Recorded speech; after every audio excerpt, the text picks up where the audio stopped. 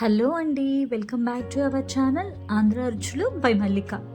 ఈరోజు మనం బీట్రూట్తో ఓ మంచి కర్రీ చేసుకుందామండి. నార్మల్గా పిల్లలు బీట్రూట్తో కర్రీ తినడానికి ఇష్టపడరు. ఇలా ఒకసారి ట్రై చేయండి.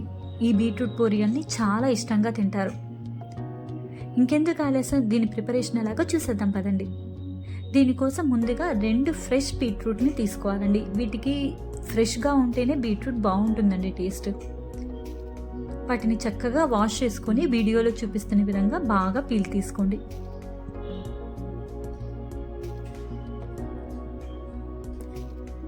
ఇలా పీల్ తీసుకున్న తర్వాత ఎడ్జెస్ కట్ చేసుకొని వీడియోలో చూపిస్తున్న విధంగా కట్ చేసుకోండి.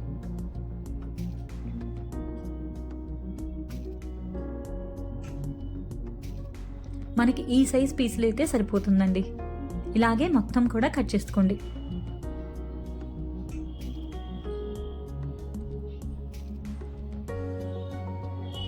ఇప్పుడు వీటిని ప్రెషర్ కుక్కర్లో వేసుకొని ఒక గ్లాస్ వాటర్ పోసుకొని మూత పెట్టుకొని 3 నుంచి 4 విజిల్స్ వచ్చేంత వరకు ఉంచుకోండి.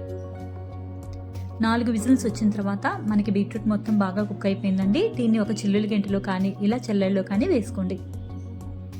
ఇప్పుడు స్టవ్ మీద ప్యాన్ పెట్టుకొని దాంట్లో కొంచెం ఆయిల్ వేసుకొని ఆయిల్ హీట్ అయిన తర్వాత ఒక పెద్ద టేబుల్ స్పూన్ వరకు పచ్చిపప్పు వేసుకోండి. ఒక 10 సెకండ్ల పాటు పచ్చిపప్పు వేగిన తర్వాత దీంట్లోనే ఒక టేబుల్ స్పూన్ వరకు ఆవాలు వేసుకోండి. ఒక అర టీ స్పూన్ వరకు జీలకర్ర వేసుకోండి.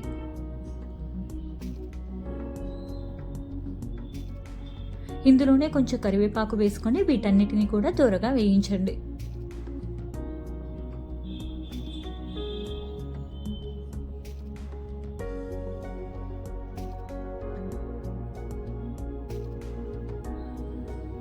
ఇలా దూరగా వేగిన తర్వాత ఇందులోనే ఒక చిన్న పచ్చిమిర్చిని ఇలా ముక్కలు చేసి వేసుకోండి.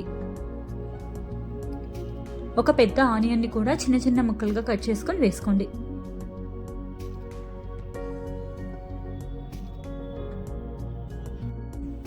ఒక నిమిషం పాటు ఆనియన్ని దూరగా వేగించుకోండి. ఇలా ఒక నిమిషం పాటు వేగిన తర్వాత ఇందులోనే తగినంత ఉప్పు వేసుకోండి. ఒక పావు టేబుల్ స్పూన్ వరకు పసుపు వేసుకోండి.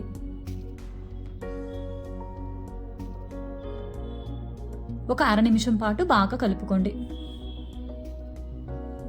ఇలా ఆనియన్స్ మొత్తం బాగా వేగిన తర్వాత దీంట్లోని మనం ఉడకబెట్టుకున్న బీట్రూట్ని కూడా వేసుకోండి. మరొక నిమిషం పాటు బాగా ఫ్రై చేసుకోండి.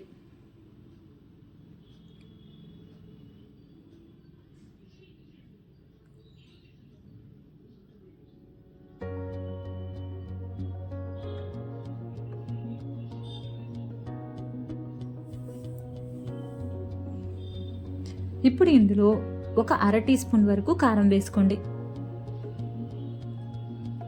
ఒక 2 ఫుల్ టేబుల్ స్పూన్ల కొబ్బరి వేసుకోండి. నేను కొబ్బరి పౌడర్ వేస్తున్నానండి. ఇక్కడ మీ దగ్గర పచ్చి కొబ్బరి ఉంటే పచ్చి కొబ్బరి అయినా వేసుకోవచ్చు. ఈ కొబ్బరి పౌడర్ మొత్తం కూడా బీట్రూట్కి పట్టేలాగా బాగా కలుపుకోండి.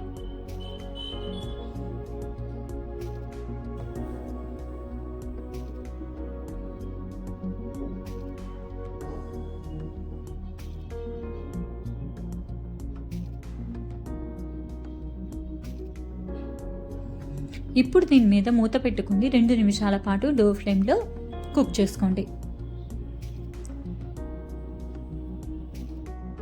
ఇప్పుడు ఒకసారి మూత తీసుకుని బాగా కలపెట్టుకోండి. మనం కొబ్బరి పౌడర్ వేసిన తర్వాత లో ఫ్లేమ్లోనే కుక్ చేసుకోవాలండి, లేదంటే అడిగంటిపోతుంది.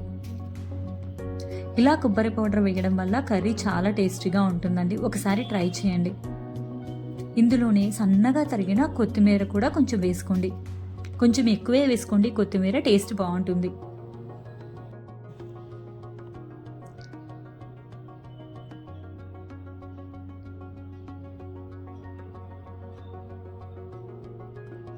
ఇలా ఒక అర నిమిషం పాటు కుక్ చేసుకొని స్టవ్ ఆఫ్ చేసుకొని సర్వింగ్ బౌల్లోకి సర్వ్ చేసుకోండి.